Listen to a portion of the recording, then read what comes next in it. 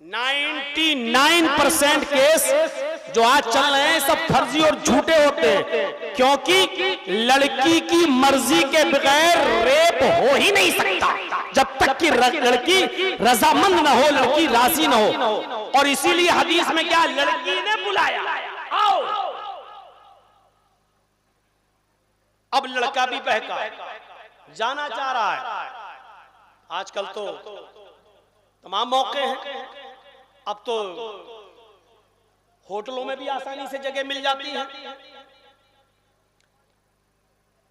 बाकायदा अब तो ओयो के नाम से होटलें भी चलने लगी हैं। उसका मतलब ही यह है कि यहां डरने की कोई जरूरत नहीं। लड़की बस 18 साल से बड़ी होनी चाहिए और लड़का भी बालिग होना चाहिए, और आप आ जाइए और आईडी दीजिए, आधार कार्ड वगैरह लगाइए और कीजिए जो कुछ करना हो। तो सारे मौके मौजूद, लड़की तन्हा, लड़का तन्हा, लड़की ने मौका दिया, लड़के के पास भी तन्हाई है, लड़के के पास भी सारे मौके हैं, दोनों जिना करने पर आमादा है। लड़की कह रही आओ, और उसी वक्त लड़का ये कह दे इन्नी अखाफुल्लाह, नहीं मैं अल्लाह से डरता हूं, इन्नी अखाफुल्लाह, मैं अल्लाह से डरता हूं। लड़का अल्लाह से डर गया और उस लड़की को छोड़ दिया। तो ये लड़का कहां जाएगा, कहां होगा? अल्लाह के अर्श के साए में कयामत के दिन। देख रहे हैं, गुनाह करने की ताकत है इसके अंदर, मौका भी है, समय भी है, लड़की इजाजत भी दे रही है, इसके पास सब कुछ है, ताकत सब कुछ, लेकिन अल्लाह से डर गया और अपने आप को बचा लिया। ये है कमाल, ये कमाल। यही चीज फरिश्तों के पास नहीं। इसीलिए फरिश्तों से ऊंचा मकाम किसका है? फरिश्तों से ऊंचा मकाम इंसान का। क्यों? क्योंकि इसके पास ताकत थी गुनाह करने की, लेकिन अल्लाह के डर की वजह से नहीं कर सका। हजरत यूसुफ अलैहिस्सलाम का किस्सा सुना है ना? यूसुफ अलैहिस्सलाम का किस्सा, छोटे थे ना, छोटे सोतेले भाई पकड़ के ले गए, अब्बू से कहकर बहला फुसला कर जंगल में ले गए और कुएं में डाल दिया। देखिए, जो चीज मैं बताना चाहता हूं सुनिएगा। हजरत यूसुफ अलैहिस्सलाम को वीरान कुएं में फेंक दिया, बहुत छोटे थे, कुएं में डाल दिया और आ गए अपने बाप के पास रोते हुए।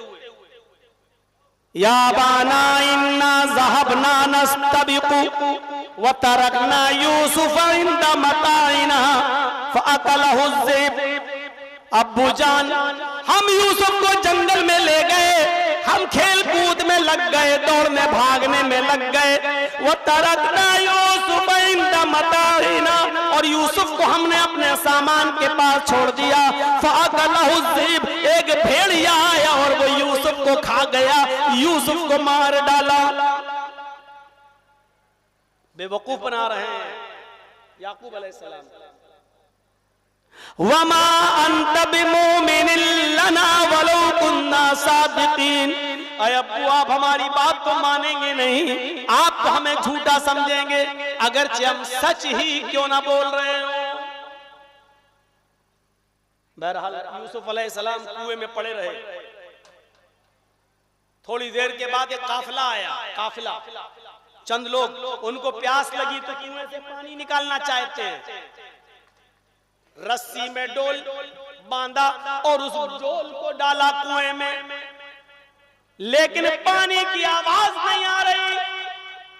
पानी भरने वाले ने झांक कर देखा तो क्या देखता है कि कुएं में पानी नहीं, एक बच्चा पड़ा हुआ है। झांक कर देखा, ऐसे जब झांक के देखा तो एक लड़का नजर आया।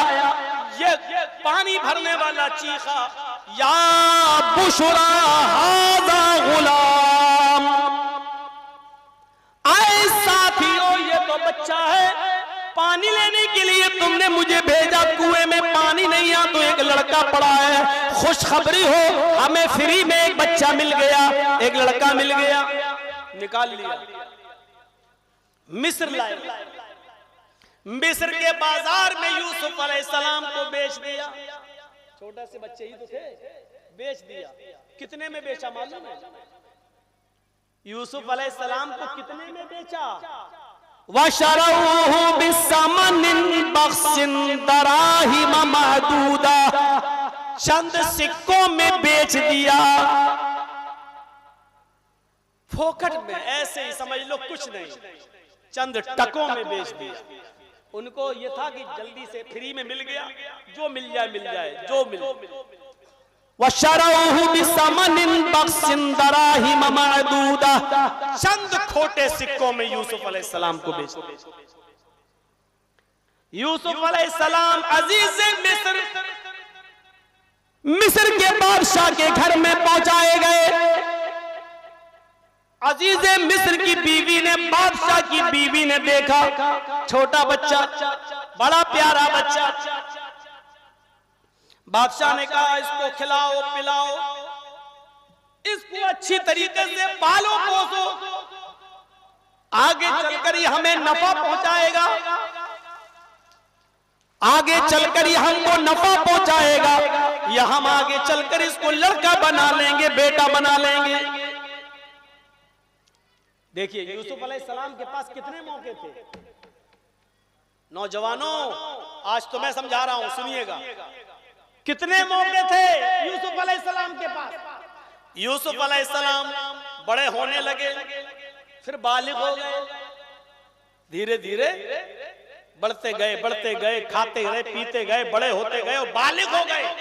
और जब बालिग हुए तो जानते हो इतनी खूबसूरती यूसुफ अलैहिस्सलाम के पास कि मिस्र के बादशाह की बीवी की नजर खराब हो गई। बनाओ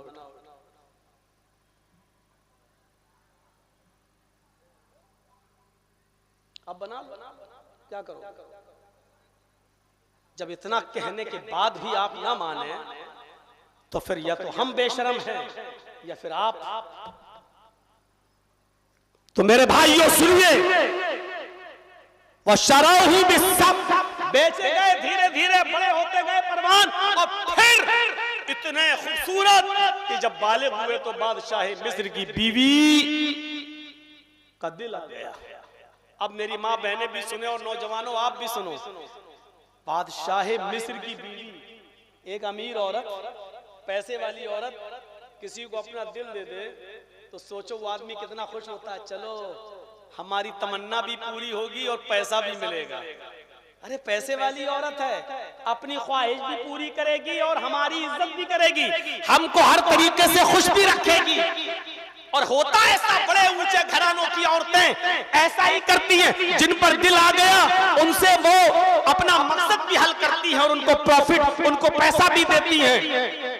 दिल्ली और मुंबई के अंदर बड़े बड़े ऊंचे घरानों की लड़कियां गलत धंधों में उतरी हुई हैं और ऐसे नौजवानों को वो तलाश भी करती हैं। मेरे भाइयों जरा सोचिए, बादशाह मिस्र की बीवी का दिल किस पर? यूसुफ अलैहिस्सलाम पर। लेकिन यूसुफ बचे रहे। मिस्र की औरतों को पता चला ये चीज सुनने के लायक, तो मिस्र की औरतों ने ताना लगाया, मारा। क्या कहा? देखो तो यार, बादशाह की बीवी को देखो क्या हो गया। हम जुलेखा नाम नहीं लेते क्योंकि हदीस की किसी किताब में सही नाम आया ही नहीं है, सिर्फ बादशाह मिस्र आया है, अजीज मिस्र की बीवी। तो बादशाह मिस्र की बीवी ही बोलूंगा मैं। तो मेरे भाइयों, बादशाह मिस्र की बीवी पर इल्जाम लगाने लगी वहां की औरतें मिस्र की। देखो तो वो पागल हो गई, अपने गुलाम को दिल दे बैठी, अपने गुलाम से लगी है, अपने गुलाम से गलत काम करना चाहती है, अपने गुलाम को दिल दे बैठी है। जब ये आवाज अजीजे मिस्र की बीवी के कानों में गई कि मेरे चर्चे हो रहे हैं, मेरे बारे में औरतें मिस्र की ऐसा ऐसा बोल रही हैं, तो उसने कहा अच्छा, अब इन औरतों को सबक सिखाना पड़ेगा। उसने सारी औरतों की दावत कर दी, सारी औरतों को अपने घर बुला लिया, दस्तरखान बिछा दिया, फल रख दिए, फल, छुरियां रख दी, चाकू। उन औरतों से कहा ये फल रखे हुए हैं, खाना बाद में मिलेंगे, ले फल खाओ। उन औरतों ने चाकू उठाया और फल काटने लगी और जैसी फल काटती हैं, इधर बादशाह मिस्र की बीवी ने कहा, आए यूसुफ इनके सामने से गुजर जाओ, आए यूसुफ इनके सामने से निकल जाओ।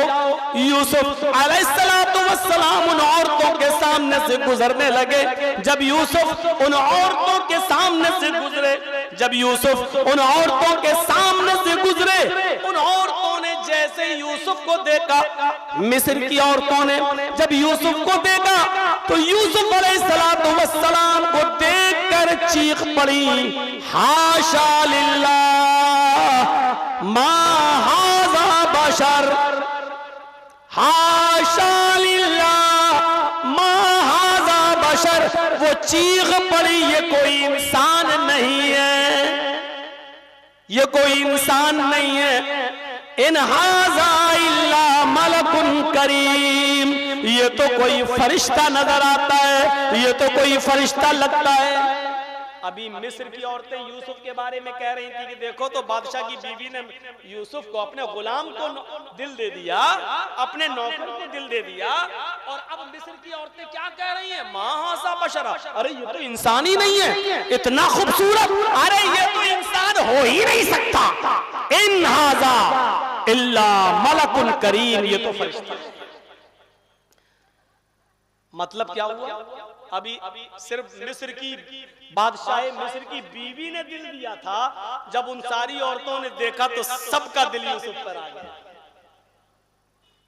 अब देखिए यूसुफ कितने खूबसूरत, सारी औरतों का दिल यूसुफ पर आ गया। अब मिस्र की औरतों ने क्या, अब बादशाह की बीवी ने क्या कहा, आए औरतों देख लिया ना मैं कितनी मजबूर हूं, सोचो जब तुम चीख पड़ी कि ये इंसान नहीं है फरिश्ता है, तो हमारे घर में तो रहा है, हमारे घर में तो पला है, हमने तो इसको बचपन से पाल पोस के बड़ा किया है। सोचो तुमने एक बार देखा तो तुम्हारा ये हाल हो गया, मेरे घर में पल कर पाल पोस कर हमने बड़ा किया तो हमारा क्या हाल हुआ होगा। तुम सबके सामने मैं कहती हूँ, चैलेंज देखो, आए मिस्र वालियों, तुम सबके सामने कहती हूँ, अभी भी मेरा दिल यूसुफ के ऊपर है। अगर इस लड़के ने मेरी बात न मानी, अगर मेरे इरादे को पूरा न किया, मेरी ख्वाहिश पूरी न की, मेरी तमन्ना पूरी न की, तो ये जेल में सड़ जाएगा। मैं इसको सख्त से सख्त सजा दिलवाऊंगी, मैं इसको जेल में पहुंचा दूंगी। मिस्र की औरतों के सामने बादशाह मिस्र की बीवी ने यह ऐलान भी कर दिया कि मैं इसको जेल में पहुंचा। यूसुफ अलैहिस्सलातु वस्सलाम के पास दो ही रास्ते थे, या तो अपनी मालिकन का, बादशाह मिस्र की बीवी की बात मान लें और चुपचाप उसके इरादे को पूरा कर लें और सब कुछ फायदा उठाएं, पैसा भी मिलेगा, दौलत भी मिलेगी, सब कुछ मिलेगा। क्योंकि बादशाह तो चला जाता है दरबार में, घर में ही अकेले में पूरा मौका, और फिर बचपन से पाला, कौन शक करेगा, कौन शक करेगा भाई, अकेले इस लड़के के साथ तुम कमरे में क्या कर रही थी, कौन शक करेगा, बचपन से पाला उसको। सारे मौके थे यूसुफ अलैहिस्सलातु वस्सलाम के पास। और एक दिन ऐसा हुआ भी, जानते हो क्या हुआ, उसने यूसुफ से कहा चलो काम है, यूसुफ को ले गई, एक दरवाजा खोला अंदर ले गई, दूसरा दरवाजा खोला अंदर ले गई, तीसरा दरवाजा खोला अंदर ले गई, चौथा दरवाजा खोला उसके भी अंदर ले गई। कितने दरवाजे थे उनकी कोई गिनती तो नहीं, लेकिन एक से ज्यादा दरवाजे थे, इसलिए कि जमा का सेवा कुरान में आया है, वग़ल्लक़तिल अब्वाब, उसने सारे दरवाजे बंद कर दिए। कितनी अंदर ले गई होगी अल्लाह बेहतर जाने। जब वो अंदर ले गई, यूसुफ को क्या मालूम कि ये मुझे कहां ले जा रही है, खिलाती है पिलाती है, मैं इसके घर रहा हूं, ले जा रही है तो चलना चाहिए।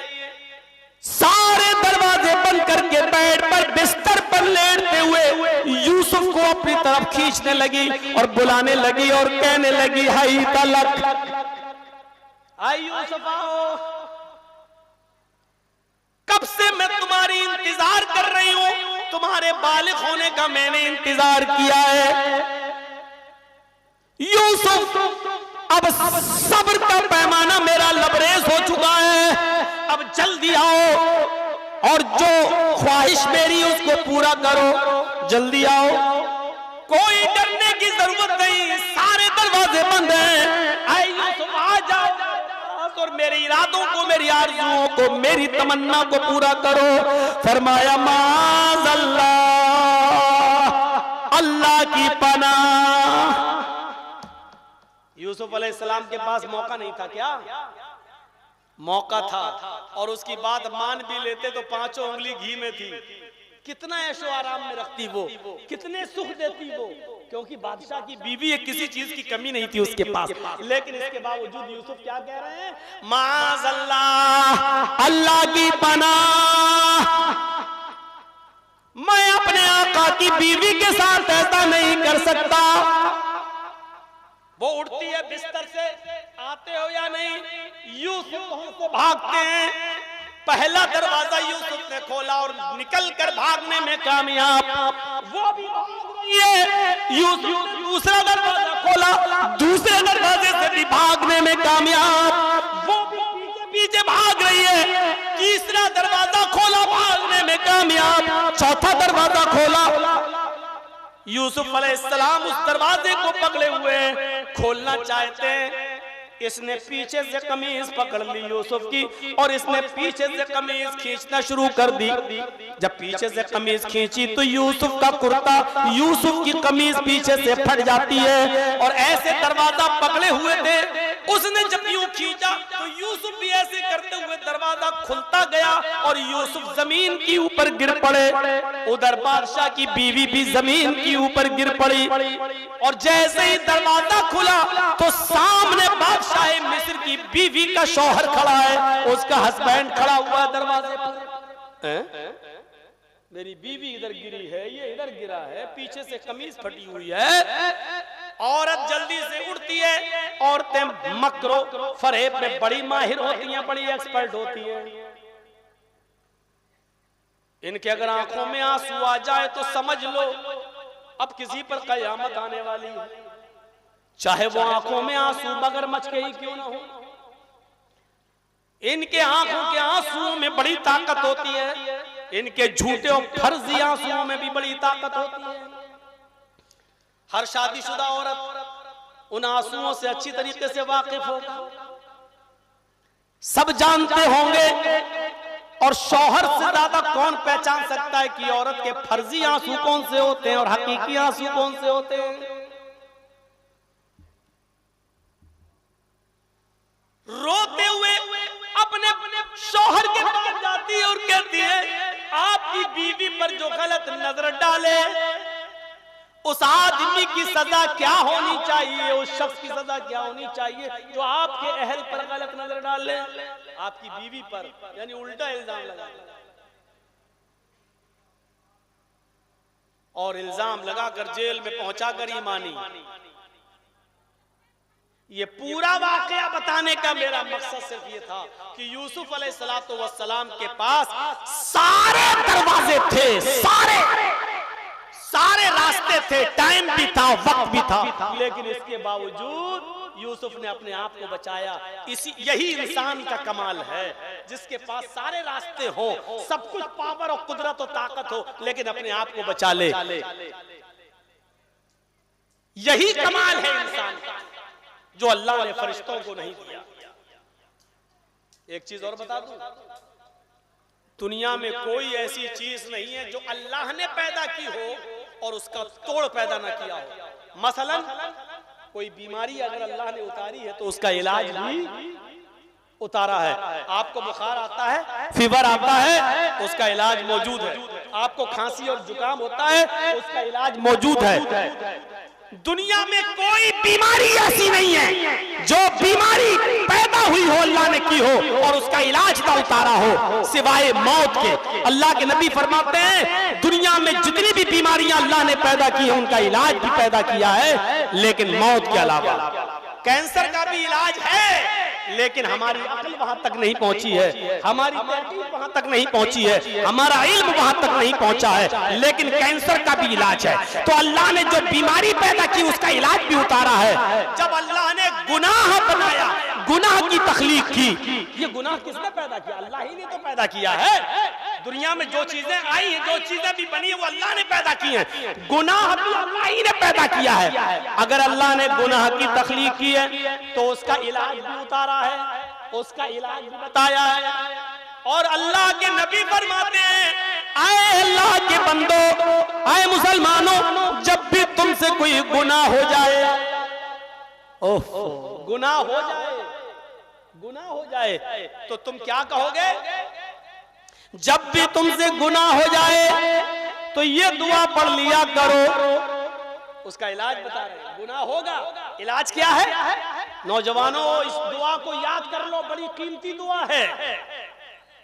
अस्तगफिरुल्लाह रब्बी मिन कुल्लि ज़म्बिन व अतूबु इलैह। मुस्लिम शरीफ की रिवायत, अल्लाह ने गुनाह भी उतारा है तो उसका इलाज भी उतारा है। अस्तगफिरुल्लाह रब्बी मिन कुल्लि ज़म्बिन व अतूबु इलैह।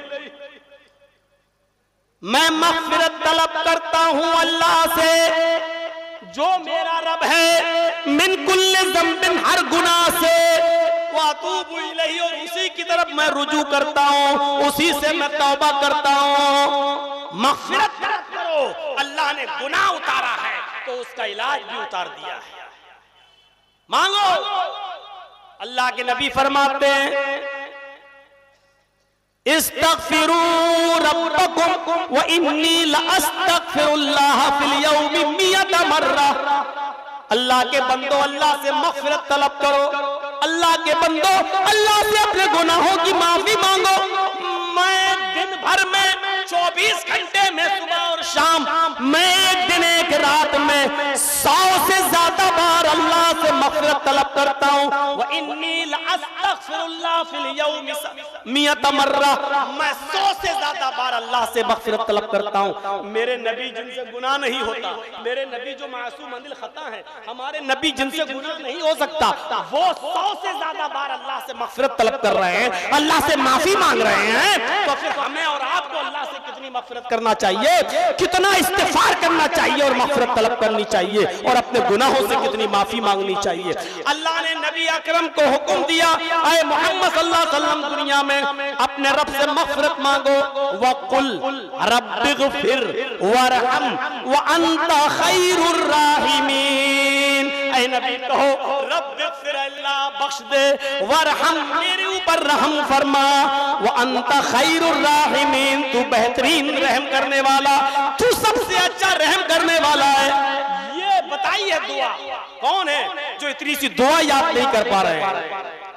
अल्लाह को वो लोग बहुत अच्छे लगते हैं जो दुआ करते हैं, तौबा करते हैं, इस्तिग़फ़ार करते हैं।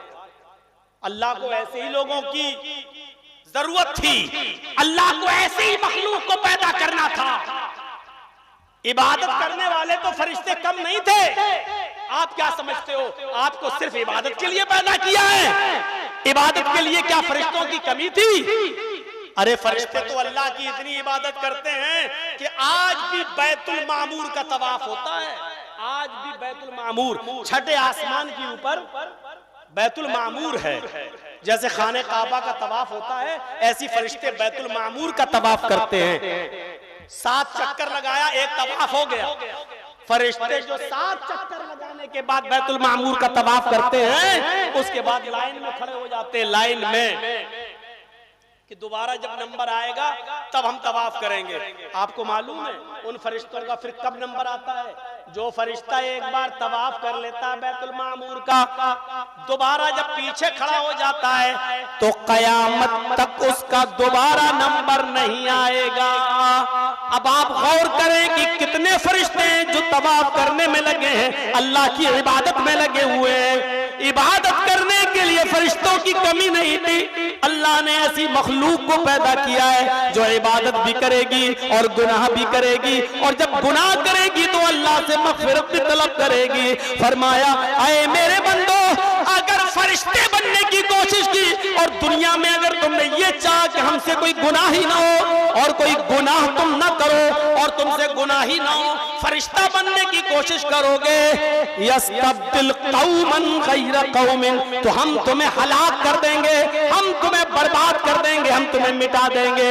हमें ऐसी मखलूक की जरूरत ही नहीं है। हम फिर ऐसी मखलूक को दुनिया में पैदा करेंगे जो दुनिया में आएगी, गुनाह भी करेगी और अल्लाह से तौबा और इस्तिगफार भी करेगी। हमें ऐसी मखलूक की जरूरत है जिससे धोखे से अनजाने में गुनाह भी हो और फिर वो गुनाह के बाद अपने रब से माफी भी मांगे। आपको एक और पॉइंट की बात बता दूं,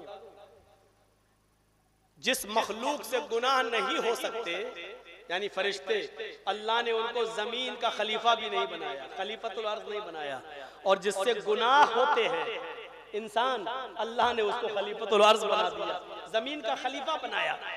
आदम अलैहिस्सलाम की तख्लीक की, रूह डाली, जन्नत में भेज दिया, उनकी पिछली से हव्वा को पैदा किया और दोनों से कहा जन्नत में रहो, खाओ पियो, लेकिन इस दरख्त के करीब मत जाना। जरा सोचिएगा, अल्लाह ने क्या कहा, इस दरख्त के करीब मत जाना बस, जबकि उस जैसे दरख्त बहुत थे जन्नत में, लेकिन इस दरख्त के पास मत जाना बस। और आदम और हव्वा कहां गए? उसी दरख्त के पास गए जहां से मना किया था। गए नहीं बल्कि अल्लाह ताला ले गए। अगरचे शैतान जरिया बना, शैतान ने बहकाया, लेकिन अल्लाह की मर्जी शामिल थी। अल्लाह को पहले से मालूम था हम आदम को पैदा करेंगे, आदम को जन्नत में भेजेंगे, आदम की साथ हव्वा को, और आदम हव्वा को दोनों को दरख्त का फल खिलवाया जाएगा, फिर इनको दुनिया में भेजा जाएगा। ये अल्लाह के इल्म में पहले ही से था। आदम अलैहिस्सलाम को जन्नत में भेजा और कहा कि इस दरख्त के फल के करीब मत जाना, लेकिन वो गए नहीं बल्कि अल्लाह ताला की मशीयत शामिल थी, मर्जी शामिल थी। गुनाह, खता हुई, गलती हुई, बल्कि अल्लाह ताला ने कराई, गुनाह की प्रैक्टिस कराई गई, गलती की प्रैक्टिस कराई गई। और जब गुनाह कर बैठे, खता कर बैठे, तो जन्नती लिबास उतर गया। अल्लाह ने कहा जाओ दुनिया में, तुमने मेरी बात नहीं मानी, अब जाओ दुनिया में। जबकि डायरेक्ट अल्लाह जहन्नम में भी भेज सकता था, मेरी नाफरमानी की है ना, जाओ जहन्नम में, लेकिन नहीं, क्योंकि इसमें अल्लाह की मर्जी भी शामिल थी, खता भी हुई, शैतान ने कराई, लेकिन रब की मर्जी शामिल थी। जब दुनिया में भेज दिया आदम और हव्वा को, तो अब ये भी बताया कि खता तो कर बैठे, गलती तो कर बैठे, लेकिन अब मुझे मनाओ भी, तो दुआ भी बताई। तो आदम अलैहिस्सलाम ने दुआ क्या पढ़ी? रब्बना ज़लमना अनफुसना व इल्लम तग़फिर लना व तरहमना लनकूनन्ना मिनल खासिरीन।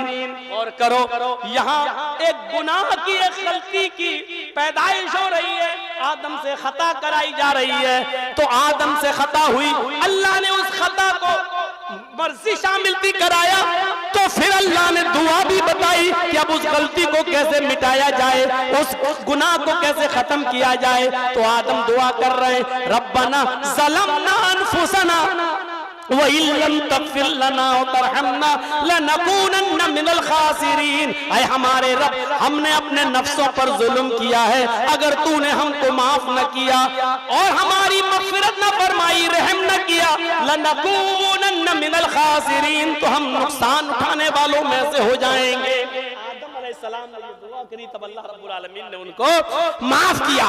गलती हुई तो दुआ भी बताई, शैतान को भी निकाला, और जब शैतान निकल रहा था जन्नत से, रांदे दरगाह किया जा रहा था, तो शैतान ने अल्लाह को चैलेंज किया और अल्लाह से क्या कहा? आए अल्लाह, आदम की वजह से तू मुझे भी जन्नत से निकाल रहा है ना, ठीक है, मैंने इनको सजदा नहीं किया तो तू मुझे निकाल रहा है।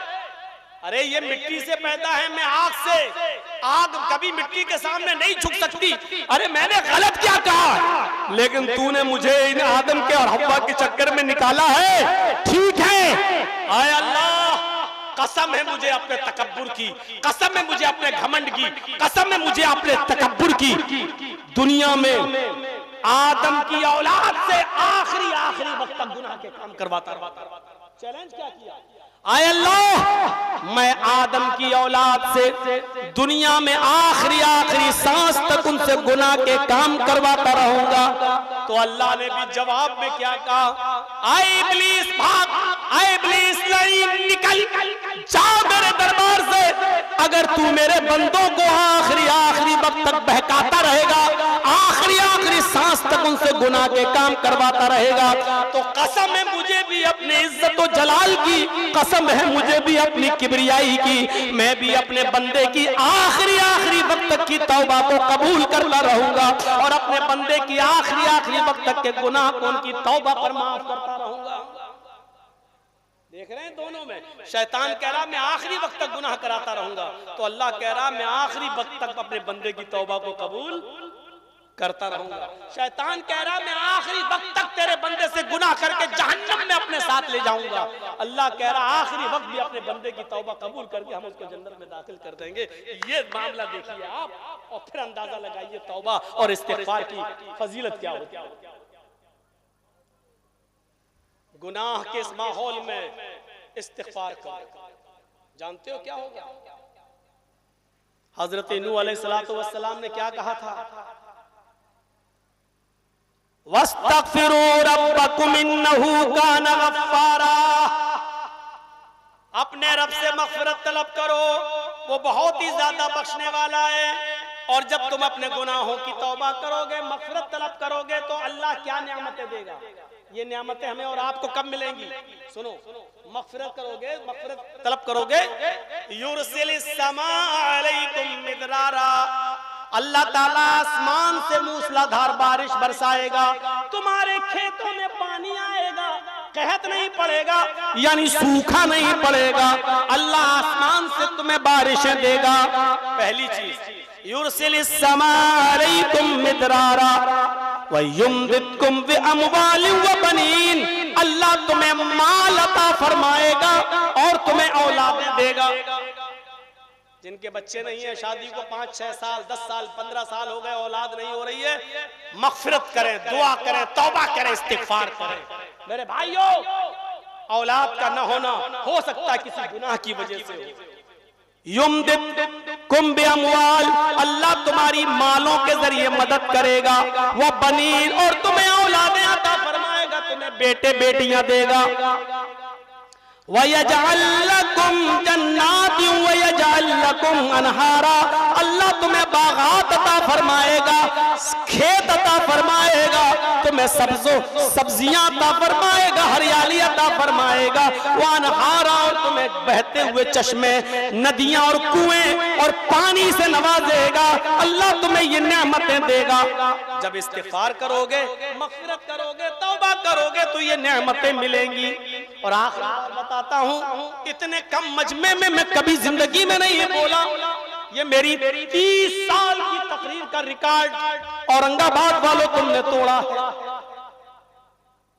मेरी जिंदगी की ये सबसे कम पब्लिक, सबसे कम भीड़ है, आज तुमने इस रिकॉर्ड को भी तोड़ दिया है। हो सकता है बारिश की वजह से या कोई और वजह रही हो, मुझे नहीं मालूम, लेकिन आखिरी बात अब सुनते चलो।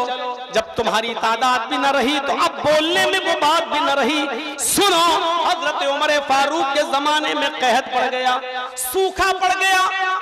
जब उस जमाने में सूखा पड़ता था तो लोग नमाज के लिए निकलते थे, इस्तिस्का, नमाज इस्तिस्का, बारिश की दुआ करने। हजरत उमर ने कहा लोगों निकलो, अब बारिश की दुआ की जाए। हजरत उमर एक मैदान में जमा हो गए, तमाम लोग जमा हो गए, नमाज पढ़ाई और उसी में हाथ उठाकर दुआ की। और सिर्फ दुआ क्या किया, अल्लाह हमें बख्श दे, अल्लाह हमारी मग़फ़िरत फरमा, अल्लाह हमारे गुनाहों को माफ कर दे, अल्लाह यहाँ जितने लोग आए हैं इन सब के माफ फरमा दे, अल्लाह हमारी मग़फ़िरत फरमा दे। सूखा पड़ा है, बारिश की दुआ ही नहीं कर रहे हैं, क्या कह रहे हैं, अल्लाह हमारी मग़फ़िरत फरमा दे, अल्लाह हमारे गुनाह को मिटा दे, अल्लाह हमारी मग़फ़िरत फरमा दे। बस ये दुआ करी, तफ़सीर इब्न कसीर पढ़ी है, और ये दुआ करके चले आए। लोगों ने कहा अमीरुल मोमिनीन ये क्या बात रही, हम तो बारिश की दुआ करने के लिए गए थे और आपने बारिश के लिए एक लफ्ज भी अल्लाह से दुआ नहीं की। आपने ये नहीं कहा अल्लाह सूखा पड़ा है, बारिश बरसा, अल्लाह रहमत की बारिश फरमा। आपने एक लफ्ज भी दुआ नहीं फरमाई बारिश की, सिर्फ ये फरमाया मग़फ़िरत फरमा दे, अल्लाह मेरे गुनाह बख्श दे, अल्लाह हमारे गुनाहों को मिटा दे। ऐ अल्लाह, ऐ अमीरुल मोमिनीन, ऐ उमर फारूक, आपने बारिश की दुआ क्यों नहीं की? हजरत उमर फारूक ने रोते हुए फरमाया, हाँ मैंने बारिश के लिए दुआ नहीं की, लेकिन बारिश जिस वजह से रुक जाती है मैंने वो काम किया है। ऐ लोगों, मैंने अपने गुनाहों की मग़फ़िरत तलब की है, अल्लाह से तौबा की है।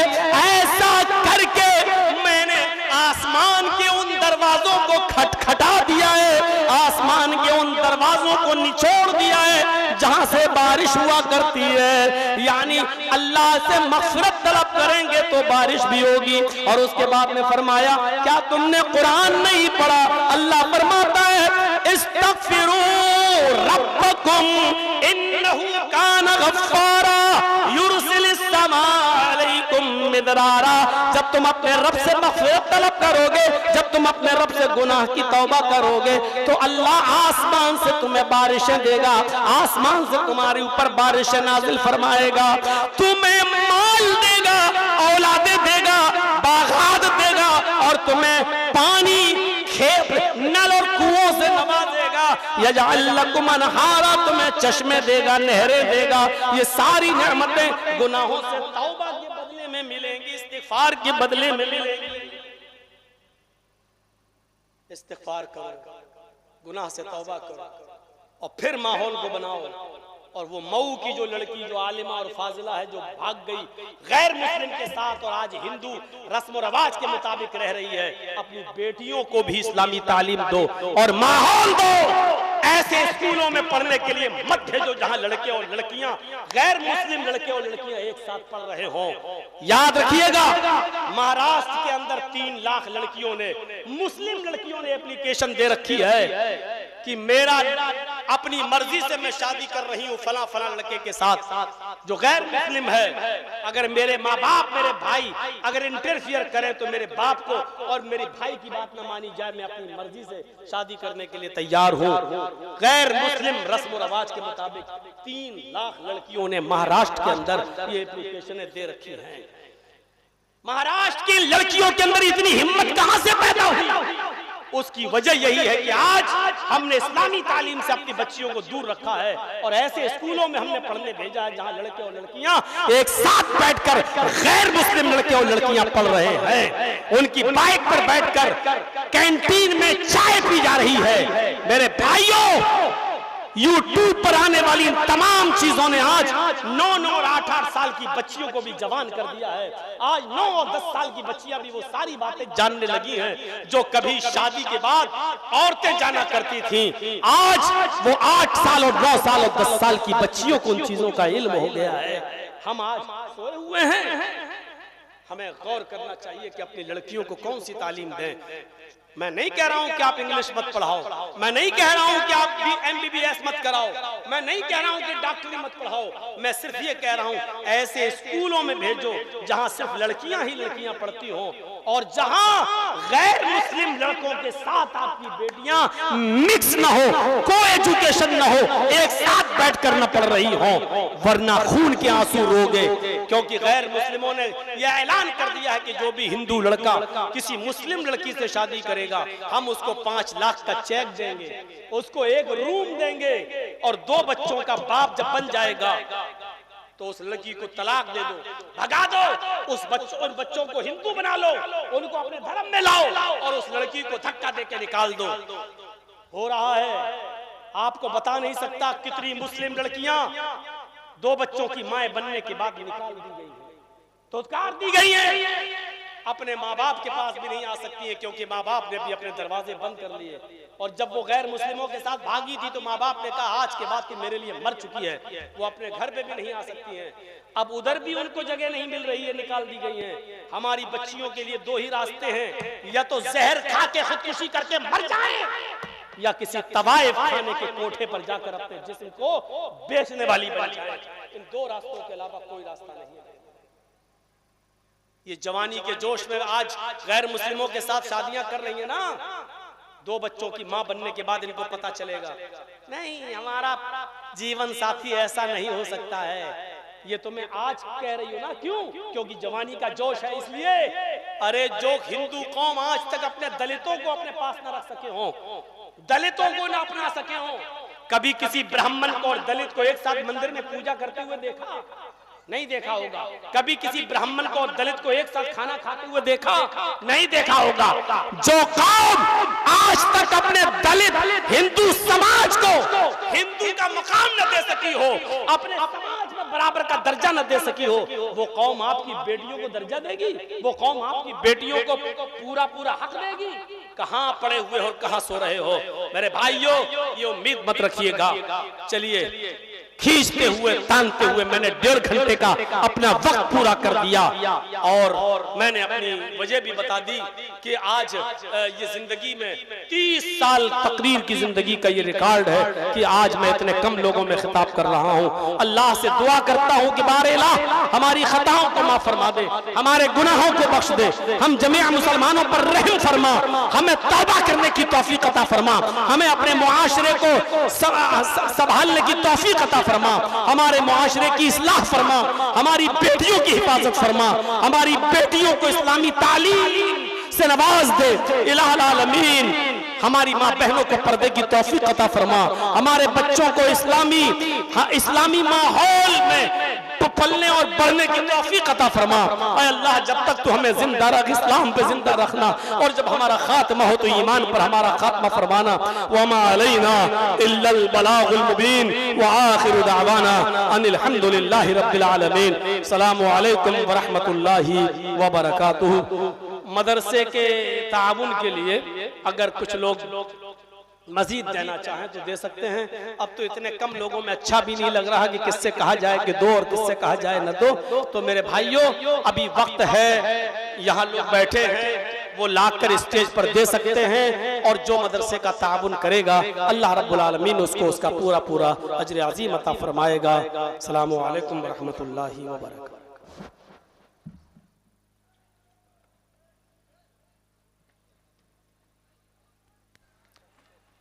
জাযাকাল্লাহ।